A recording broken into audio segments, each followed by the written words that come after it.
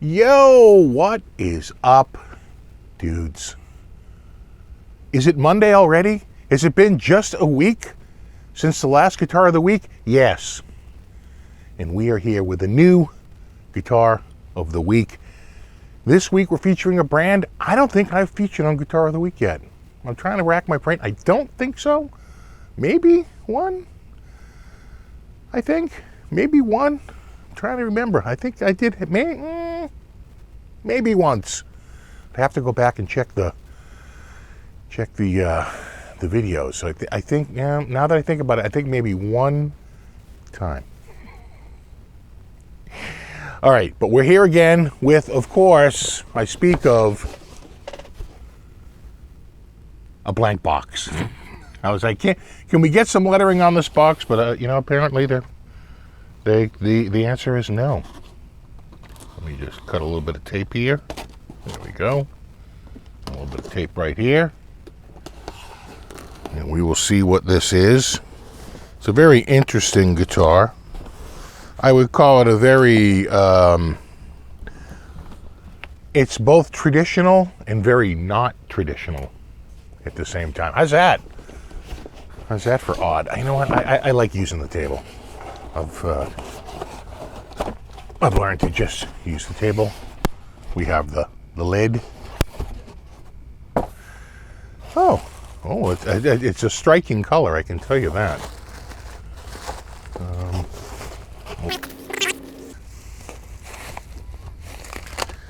If I can get this open without revealing it. Oh, beautiful. Beautiful guitar.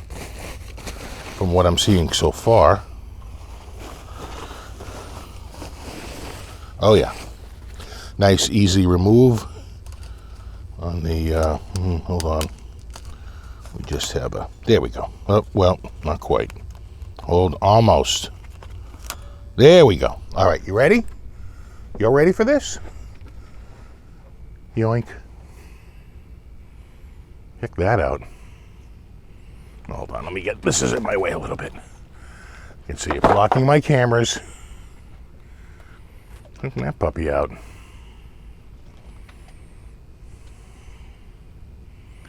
The original alt wood guitar. It does have some wood, but I think the top and the back, maybe the whole body, is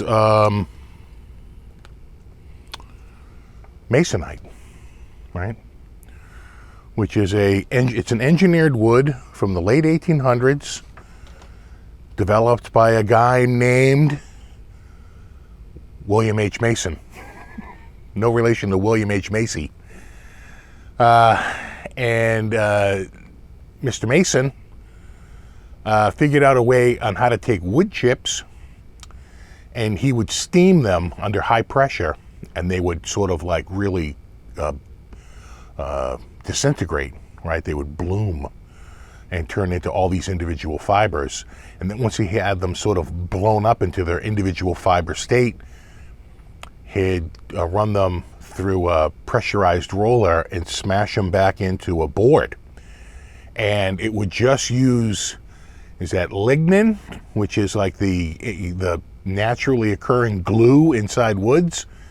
He wouldn't add any more glue. It would just use the heat to bring out that naturally occurring glue, and he'd press it back together and make it into sheets. And the fibers were long enough, and because of the steaming process, it would be very flexible. And so they could really do a lot with it. It was actually quite an engineering feat at the time, to come up with this alternative wood. It was used a lot. I remember it used a lot for many years as the backing of electronics devices. The back of a TV, the back of a radio. Masonite was used in a lot of electronics goods as the backing board. Pretty common. And I believe Masonite as a company went under when they decided to get into the siding market. And turns out Masonite siding disintegrates over years of rain and moisture and weathering. It wasn't actually very good. They were sued. They lost the suit. They had to pay over like $1 billion. And that was the end of Masonite as a brand. Obviously, it's still being made. I just don't know if it's made under the Masonite name or if it got sold to another company. I'm not really sure of the history. But yeah. One thing I'm noticing is that these corners are kind of coming up a little bit here. Can I just push this back down again? Is that just a glue and it's just lifting? So maybe in this cam here, I just pushed it down. Maybe it was just the glue coming off. It's been rather warm, but I thought that was sort of lifting there in the corner. You know what? It's back to normal. Oh no! You can kind of see it right there on this side. Can you see that? You see that? I mean, it's not much, but it would be enough to annoy me. You know, it's clearly just a piece of tape, and I just think it's coming up a little bit. Maybe that's why it was. Maybe that's the blem. This is a returned blem. You wonder if that was the blem. Other than that, though, it looks pretty solid. And clearly, that's just cosmetic, but you know. Perfection is the standard for guitar players. An impossible standard, but that is the standard. Perfection. Yeah. You know, I had a similar guitar a while back, a 6-string, and it had the lipstick humbucker and the P90. That had a spruce body instead of the Masonite. So a little bit different. That was the 59X. I believe this is just the 59 Classic or the Mod 59, something like that. Anyway, we'll find out when we look up the specs. All right, you know the deal. I need to tune it up, plug it in. We will check it out. I will see you in a sec. All right, we are back.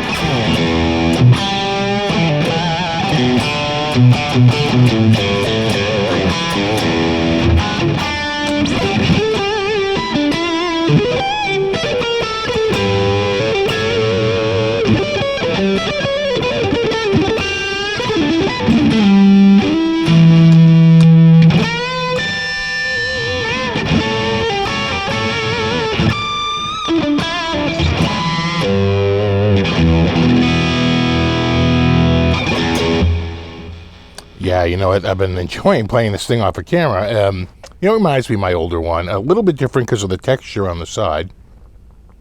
You know, my other one was smooth versus the texture. So you can really feel that texture as you're playing. You don't even realize it until you're playing the guitar. You say, oh, wow, you can really feel that texture. But it's nice. You know, it's actually a little grippy. And you know what? It's got these wonderful lipstick single coils that just have such a nice, crispy, biting tone. I really like it. Yeah, you know, it might not be for the most distorted sounds that I normally use, but it can work. It's surprising how much I like that crispy or biting sound that you get out of single coils. It's the reason why I keep a lot of single coils, you know, around instead of just going all humbucker, because there is a place for it. You know, it does have a certain tone that you can't get any other way.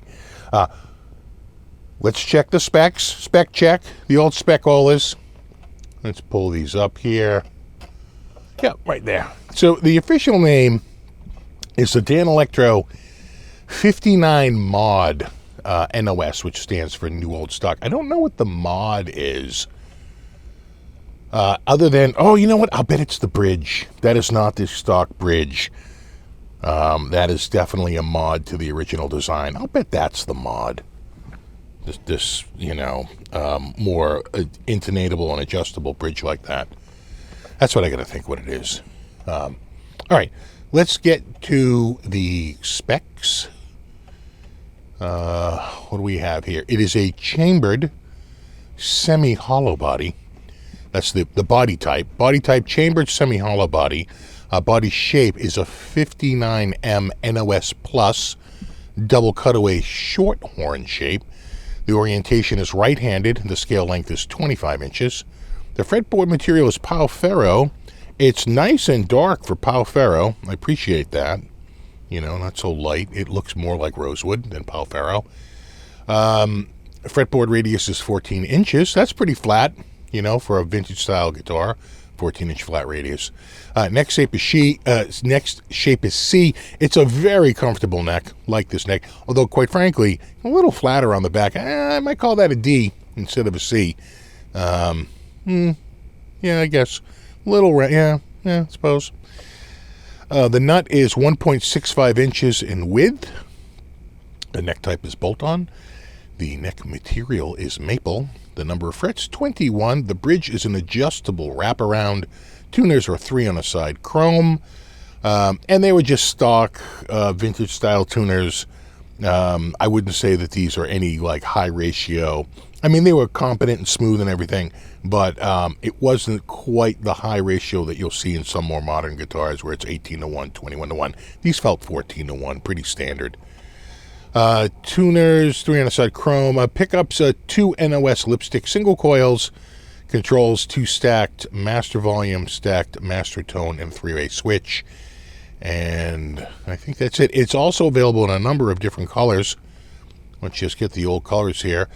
This is red. It's like the short, like they have red, white, black, and copper. And those are the sort of the one word. Then orange adelic, keen green, ice gray, and seafoam green. That's quite an array of colors. They have a lot to choose from. And these run right around $500, $529, $549. And I think that's it. I think that's all the specs. It's a fairly light guitar. The shipping weight is about 9 pounds. And so you remember with the shipping, that's going to put this guitar, it's lighter. It's super light, but it's, I'm going to guess this is in the 6s, maybe the low 7s, something like that. The only thing I wasn't crazy about is that, and I'm seeing this, that is the control for the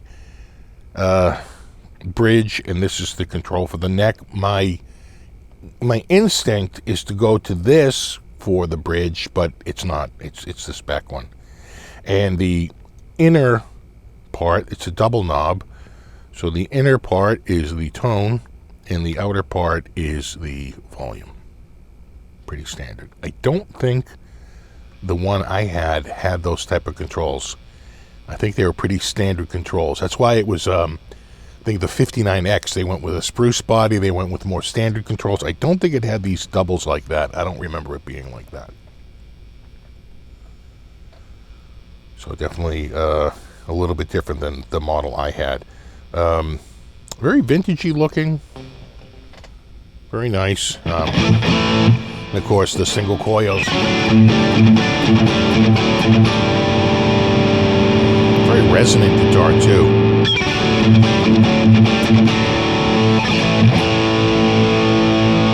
Sound good with the Brit 87 though.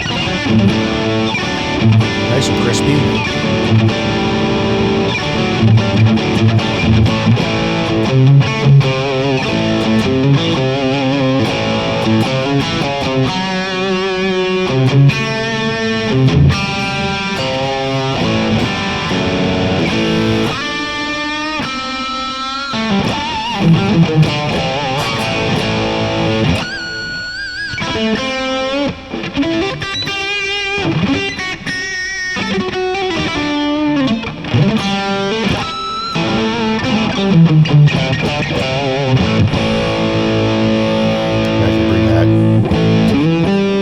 Tone all the way in.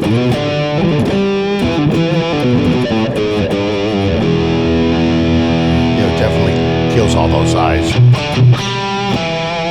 you can get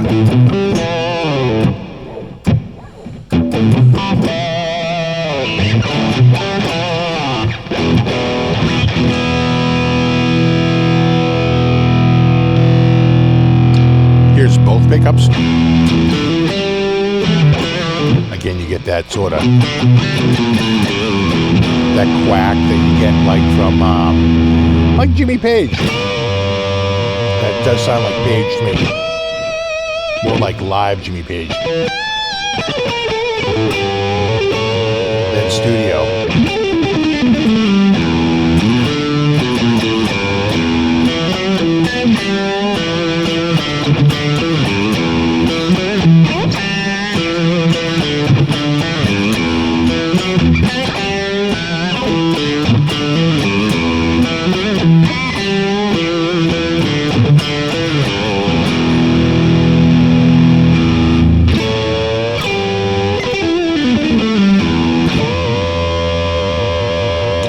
And then lastly, this is just the neck.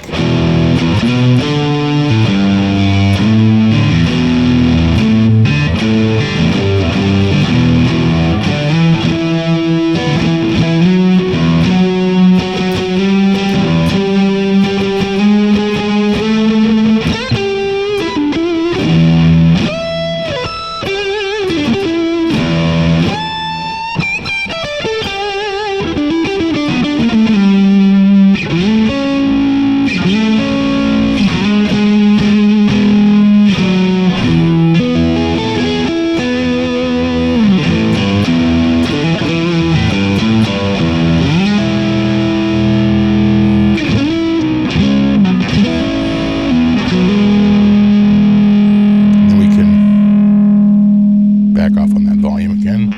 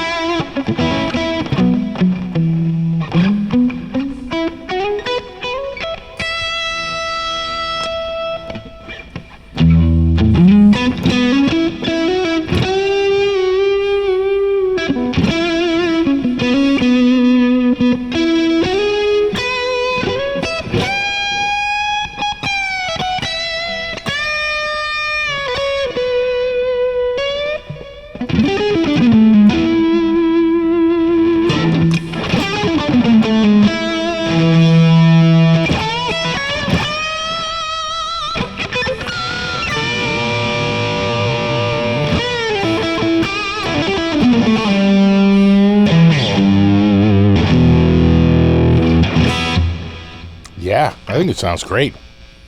I'm just going to check my tuning here real quick, and then we will switch it to clean. Yeah. I felt like I was stretching these strings out a tiny bit. They do feel brand new. Oh, yeah, just a hair. And right there. Yeah, okay. Where is my clean sound? It is right there. But it would help if I turned the tuner off. This is the bridge.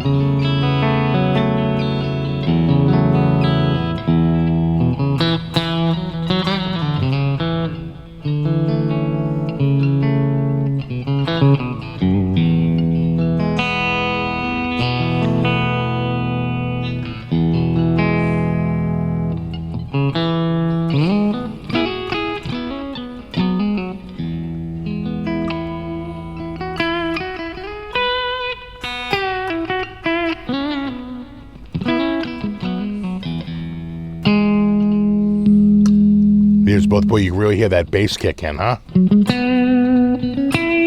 I have all the tones up? I do. This is both pickups.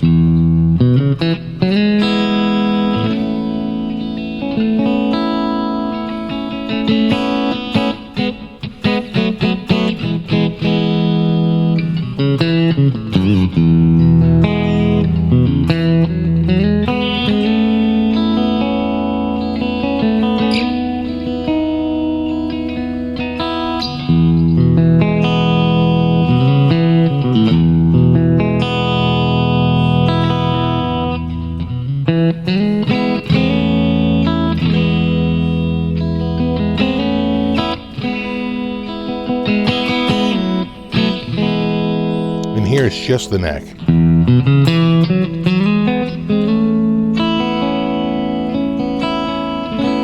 Make sure I have everything up.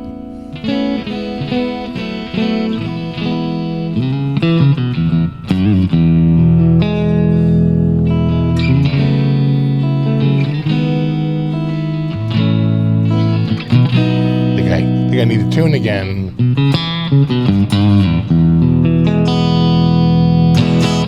Yeah, let me just check this tuning real quick. No, that's good. That's a tiny bit flat. And that went a tiny bit sharp. And everything else is fine. But out-of-tune guitars is a real pet peeve of mine. Much better.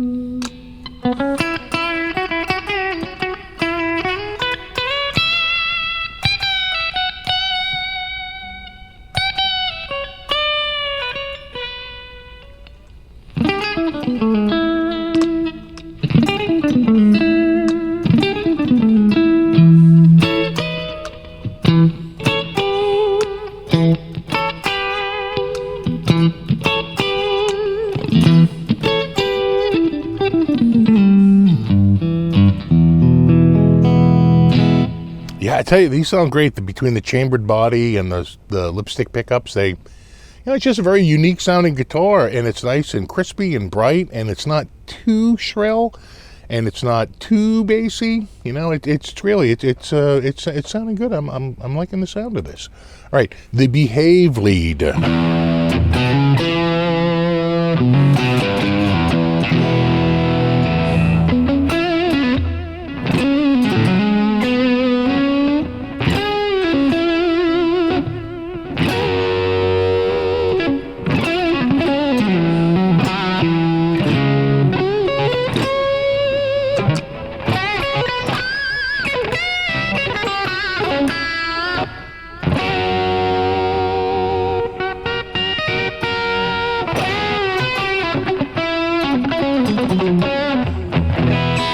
I could probably bring that up just a hair. You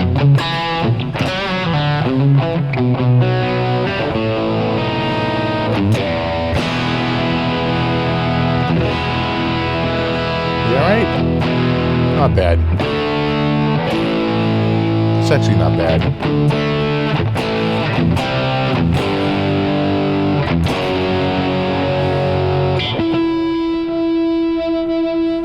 Maybe just a hair. Trying to get better.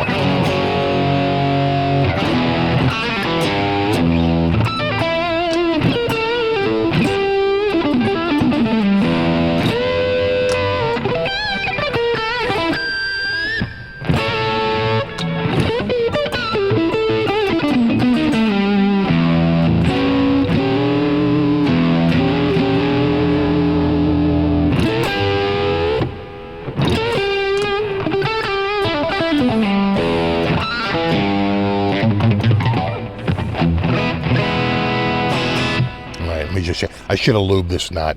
I've learned just never to skip that step, and I have, and I'm paying the price for it right now. You very rarely ever see me play a guitar with nut slots that I haven't lubed it before I came on here, except this one. And man, you pay the price. I should have just done it while I was off cam, but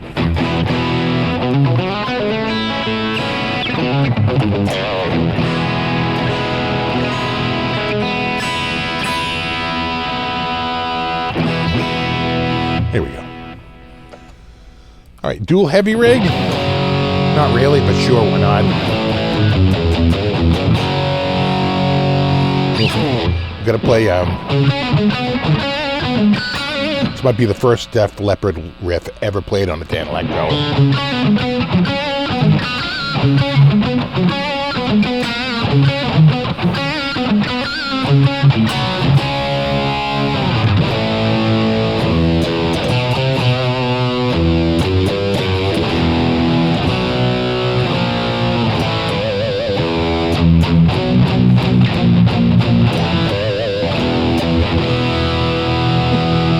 Sure. So it's for that Sabbath cover band you're going to join.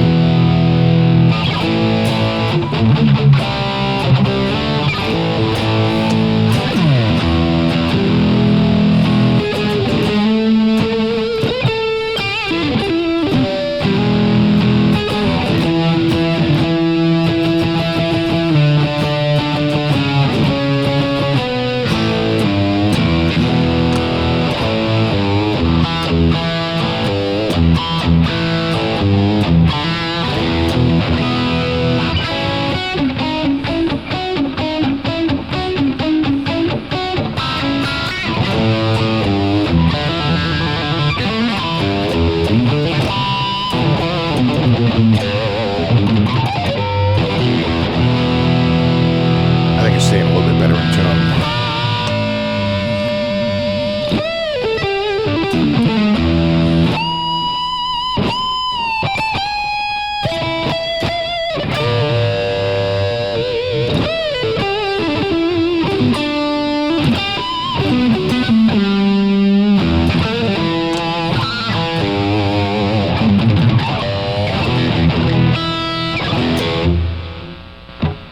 Hearing that 60 cycle hum come through a little bit.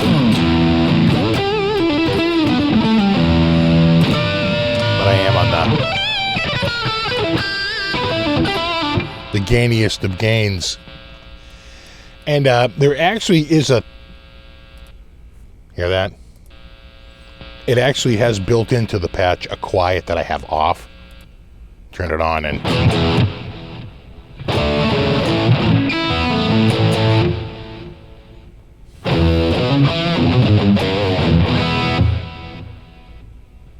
pretty quiet. Let's go back to where we started. Our good old Brit 87.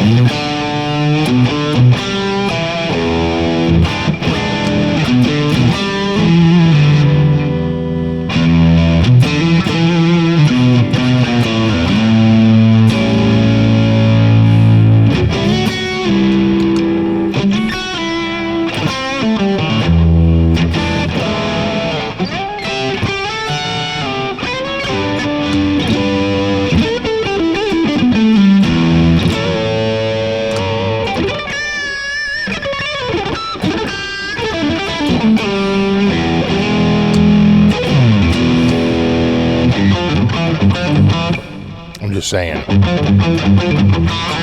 for all your living color cover bands.